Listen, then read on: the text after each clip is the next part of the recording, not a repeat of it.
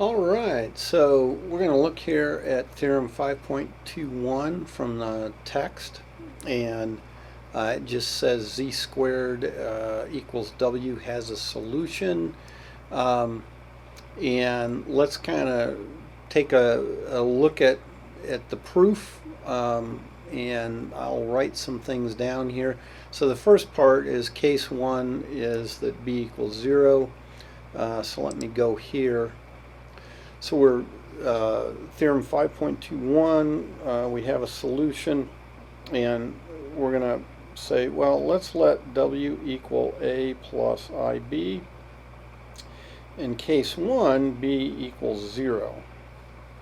Well, okay, if that's the case, then we have this boils down to z squared equals a, and if and so I'm not going, I mean, I kind of looked at what they did, but I don't have it in front of me because I have this in front of me. But let's think about that then. Okay, so z squared equals a, then if that's the case, a is a real number, but now it could be negative, right? So if a is greater than 0, actually greater than or equal to 0, you know, they mention in their theorem 5.21 that w is not 0, but it still has a solution in the complex numbers. If w is 0, it's got the solution 0.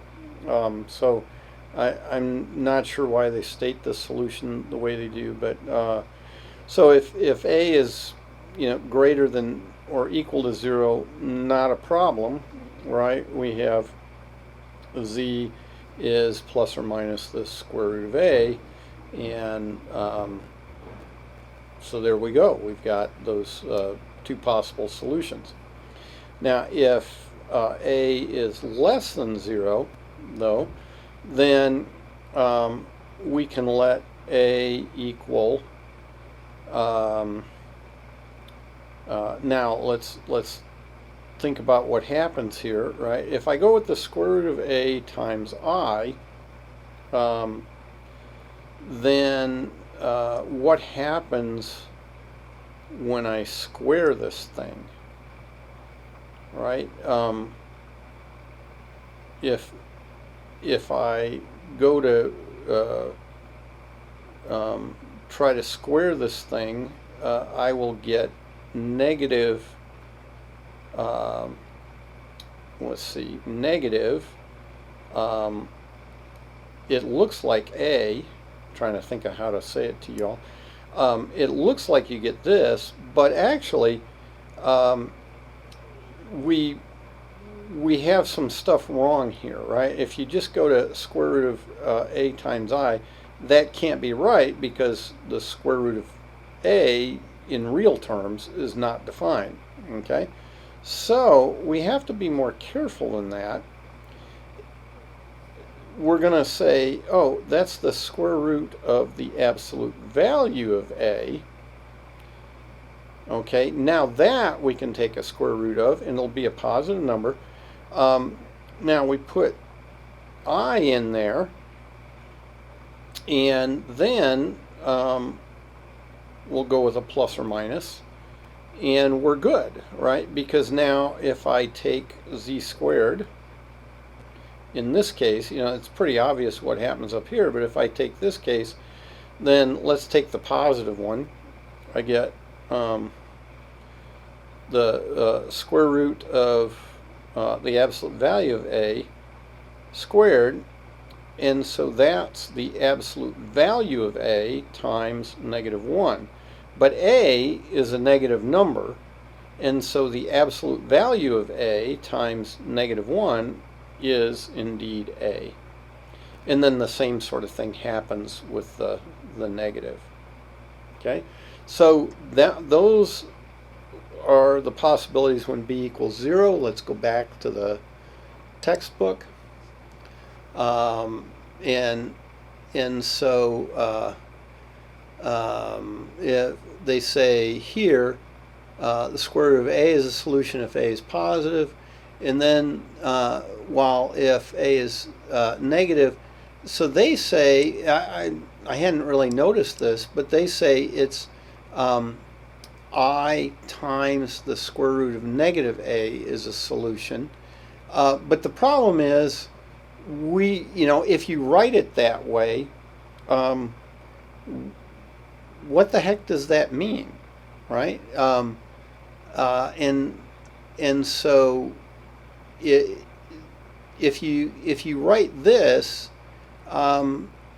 you sort of haven't answered the question. I mean, it's true. If I take I times the square root of negative a, that's the answer. But that'd be, it's the square root of negative 2 times I. Wait a minute.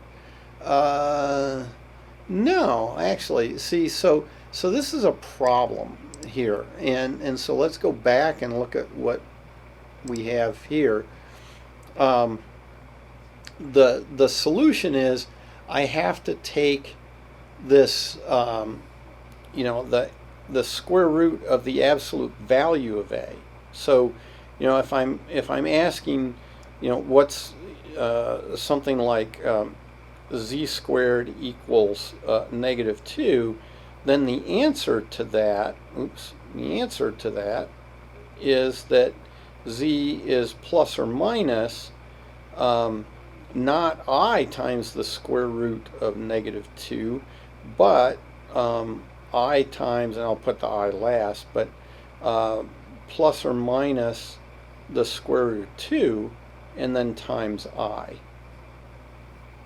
Okay, so this, plus, I didn't do an equal sign there, did I? Huh. Yeah, not very good with numbers or symbols, I guess. Okay, so there we have z equals plus or minus the square root of 2 times I. So I don't really like their answer to the part, that case 1 of the theorem, but I think they do better with case 2. So, case 2, b is not equal to 0. So that's what they have here. Case 2, they say b is not equal to 0, and they just let z be something. So we notice the way they do the proof is they let w be a complex number, give that form. They let z be a complex number, give that form, and then let's square things and see what we have. So let's go to that. And so we're going to say let z be some x plus iy. Then we just square it. So z squared is x plus iy squared. So there we have our x squared, and we have I times y squared, which makes a minus y squared. And then we have our mixed terms with the x times y times I, so we've got 2 of those, 2xy times I. So there's z squared, but that's supposed to equal a plus bi. Well, the only way these can be equal are if x squared minus y squared is equal to a, and 2xy is equal to b. Okay, so we have that. Then, well, so to figure out what x and y are, so I know a and b if you give me a number. I don't know what x and y are, so let's try to find that. Well, I can write y equals b over 2x from this equation on the right. Make a substitution, so I have x squared minus b squared over 4x squared is equal to a. But now I have this quadratic in terms of x here. so I can solve for x. Now, we can't let x equal 0. All right, so if I did this, we've got x is not 0. And so we'll have to, I don't think they address, we'll have to at some point address what happens if x is equal to 0. And I don't know if they do. So x is not 0. Then in that case, we've got a complex number, not a pure imaginary number. But let's see. So if x isn't 0, I'll multiply everything through by 4x squared, I guess.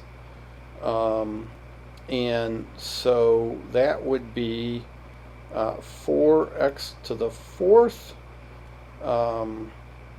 minus a times 4x squared. Really, I'd rather write that as 4a x squared. And then minus b squared is equal to 0. So that means I can solve this like a quadratic. I can say that x squared is equal to minus b, so that would be 4a. And then plus or minus the square root of 4ac. So c is a negative b, so b squared is what, 16a squared, and then minus 4ac, oh, but that's a plus, so that'd be 16 b squared, and all over the 2a, so that's all over 8. Okay, so I have that. Now I'm going to check back real quickly and see if that's the kind of thing they did. So they have that. So that's what we did. We did that substitution. Then they have the 4x and minus 4a squared. Yeah, so they did that same thing. They're also solving for x squared in terms of this. Okay, so yeah, we're doing that same thing. We'll go back to ours. So I was thinking there's, I was pretty happy with. Now I can factor 16 out of that square root and take its square root, and I get 4. So that's 4a plus or minus 4 times the square root of a squared plus b squared all over 8. So that's a plus or minus the square root of a squared plus b squared, and over 2. Okay, now x was a real number, and so since x was a real number, when I take x squared, it's got to be greater than 0. Well, if you take a look at what we have here, a and b are both real numbers, and so a squared plus b squared is bigger than or greater than or equal to a squared. And then we take the square root. So we can't have a minus sign in there. That can't be there. So our x squared, in order to be greater than or equal to 0, so I'll put the equal on there, we have to have a plus the square root of a squared plus b squared all over 2, and that's a positive number. And so x is equal to plus or minus the square root of a plus the square root of a squared plus b squared all over 2. So there's our x, and then of course y was b over 2x, and that square root goes all the way over that 2.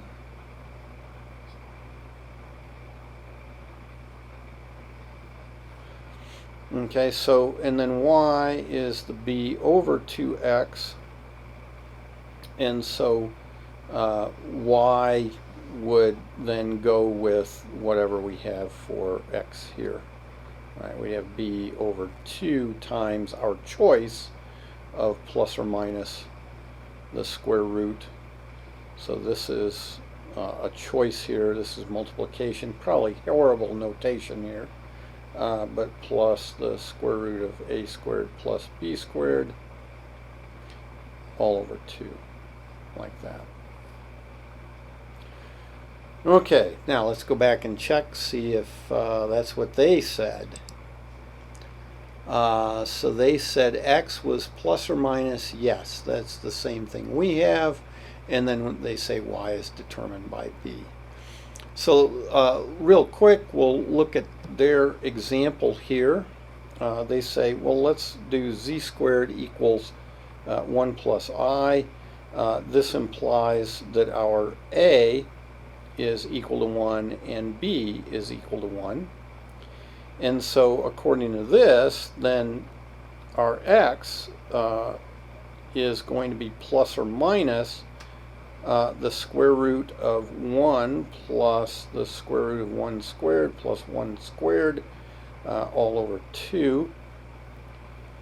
So that's plus or minus the square root of 1 plus the square root of 2 over 2. It's pretty ugly. And then y, now if we take, say, the plus, if we do plus, then y is our 1, because b is 1, over 2 times x. So the square root of 1 plus the square root of 2 over 2. Now I can simplify that a little bit, because this is 2 over the square root of 2, so I could write this as 1 over the square root of 2 and then times the square root of 1 plus the square root of 2, like that. I could rationalize the denominator, but that's what we get for the positive x, and so that would be z is equal to the square root of 1 plus the square root of 2 over 2, and then plus I over the square root of 2 square root of 1 plus the square root of 2. Something like that. And again, oh gosh, I never showed that to you. Sorry, I talked through it. Let's look at it. My mistake. So z squared, it's like I'm doing this virtually or something. Z squared is 1 plus I. So a equals 1, b equals 1. I put that back into our formula from up here. 1 plus 1 squared plus 1 squared all over 2. And so I've simplified a little bit there. And I took the positive square root and checked y for that. And so I just plugged in x there. B is 1 over 2x. 2 over the square root of 2 is just square root of 2. Lots of square roots there. So here's x plus iy, and that was our z. So now I'll go back and look at what they came up with. They said plus or minus that same thing, and so then they did the y that same way, and they went ahead and did plus and minus all sort of at the same time. I find I can make big mistakes that way, but they're, yes, they have the same thing we do. Okay, so now let me switch over to Sage, and whoops, oh, faculty meeting there. Sorry. Usually I try to make sure I'm not on my email when I click over, but if you want to stop it and freeze it, you'll see I have a faculty meeting thing in May. So, okay. So here I'm gonna solve that equation, that same equation using Sage. So I'm gonna say var z. I'm making it a symbolic variable, and then I simply set up the equation. There's z squared equals. I do a double equals for a true equals in many codes, certainly in the Sage Math. 1 plus I, and I want to solve it for z. And I hand it over to the name S, and so then I can show S. Now this other stuff, when I show S, we'll see that it gives me both solutions in braces, and so if I want to get to those, I do these. So we'll kind of scroll back and forth and look at those. So I say show S, and you see we've got all that stuff. We've got a comma in there. You know, this basically gives me a matrix or a list of solutions. And so suppose I want to get at this solution, the first one. Well, it's in those square brackets. I just say S square bracket 0 square bracket. Okay, so that gets me the first solution, and I show that, and sure enough, that when I show that, I get z equals the negative of I plus 1, square root of I plus 1. Now notice this is not at all in the form of the book. Okay, so that's something to think about is, hey, this is true. It's the square root of I plus 1. Not a big deal, plus and minus that. It is true, and it did it, but this is not in complex form. Okay, and so then to get at the right hand side, I just do that same S0 in brackets and then dot RHS, and because that's a function, I have the open and close parentheses, and so there I can get right at that solution if I needed to. And the same thing down here with the plus. Now, but that said, notice, you know, so I could do it in Sage. Sage didn't give me an error or anything like that. But now, even though I know that's a complex number, it didn't really do what I had hoped. Okay, so that's something to think about, and we'll have to look at that, look into that, and see if there's a way to generate the complex form. Okay, because this is not of the form x plus iy. All right, so I can do it in Sage, but it didn't quite give me what I wanted.